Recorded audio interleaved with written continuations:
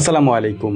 ৮০,০০০ বছর পর্যন্ত ফেরেশতাদের সাথেই ছিলেন। ৪০,০০০ বছর পর্যন্ত জান্নাতের ধন সম্পদের পাহারাদার ছিলেন। ৩০,০০০ বছর পর্যন্ত মুকরিবিনদের সর্দার ছিলেন।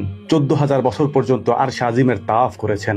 প্রথম আসমানে তার নাম ছিল আবেদ, দ্বিতীয় আসমানে তার নাম ছিল জাহেদ, তৃতীয় আসমানে তার নাম ছিল আরেফ, চতুর্থ আসমানে তার নাম ছিল ওয়ালি, পঞ্চম আসমানে তার নাম ছিল তাকি, ষষ্ঠ আসমানে তার নাম ছিল খাজান, সপ্তম আসমানে তার নাম ছিল আজাজিল, আর কিয়ামত পর্যন্ত তার নাম ইবলিস। হিংসা এবং অহংকার তাকে কোথায় নিয়ে গেল? শুধুমাত্র একটি হুকুম অমান্য করার কারণে। তাকে বলা হয়েছিল আদমকে সেজদা করো, তিনি বলেছিলেন আমি আগুনের তৈরি, আমি কেন মাটির তৈরি আদমকে সেজদা করব। তিনি অহংকার প্রদর্শন করেছিলেন, হিংসা করেছিলেন, কেন আমি আদমকে সেজদা করব আগুনের তৈরি হয়ে। বলে রাখা ভালো, ইবলিস বা আজাজিল আমরা যাকে শয়তান হিসাবে জেনে থাকি, সে নূরের তৈরি না, আগুনের তৈরি। সে এসেছিল জিনদের থেকে। সে অহংকার প্রদর্শন করেছিল, আল্লাহ রাব্বুল আলামিন তার অহংকারকে বরদাস্ত করেননি। তাকে শয়তান বানিয়ে দিয়েছেন, তাকে ইবলিস বানিয়ে দিয়েছেন, তাকে আজাজিল বানিয়ে দিয়েছেন। কিয়ামত পর্যন্ত তার এই অহংকার ক্ষমা হবে না। তাকে ইবলিস হিসেবেই অভিহিত করা হবে এবং মানুষকে সে ধোঁকা দিবে।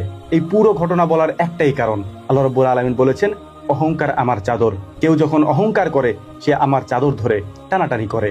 এই পৃথিবীতে আমরা কত কিছুর অহংকার করে থাকি, অহমিকা করে থাকি, হিংসা করে থাকি মানুষের সাথে।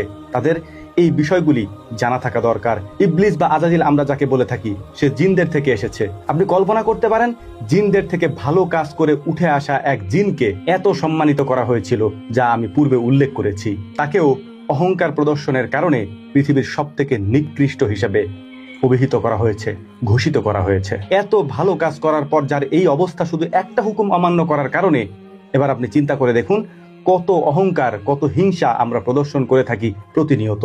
আমাদের কি অবস্থা হবে? আল্লাহ রাব্বুল আলামিন বলেছেন, যার মনের মধ্যে যাররা পরিমাণে হিংসা রয়েছে, অহংকার রয়েছে, সে ব্যক্তি জান্নাতে প্রবেশ করতে পারবে না। কত বড় কথা এটি, আপনি একবার বসে চিন্তা করে দেখবেন। কোন জিনিসের অতিরিক্ত অহংকার করা, কোন জিনিস নিয়ে হিংসা করা, এগুলি আল্লাহ তাআলা পছন্দ করেন না। আল্লাহ বলছেন এটা আমার চাদর।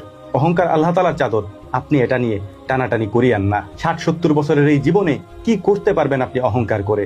আজ আছেন, কাল হয়তো নাও থাকতে পারেন। আল্লাহ রাব্বুল আলামিন দুনিয়াতে তার নিয়ামত দিয়ে আমাদেরকে সম্মানিত করেছেন।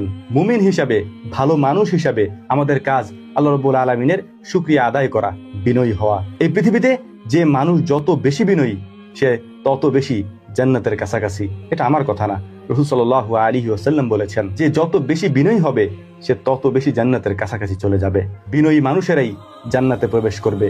রুক্ষ মানুষেরা, অহংকারী মানুষেরা, দাম্ভিকতা দেখানো মানুষেরা, হিংসা করা মানুষেরা জান্নাতে প্রবেশ করতে পারবে না। পরিশেষে একটা কথাই বলবো, আল্লাহ রাব্বুল আলামিন এমন কোন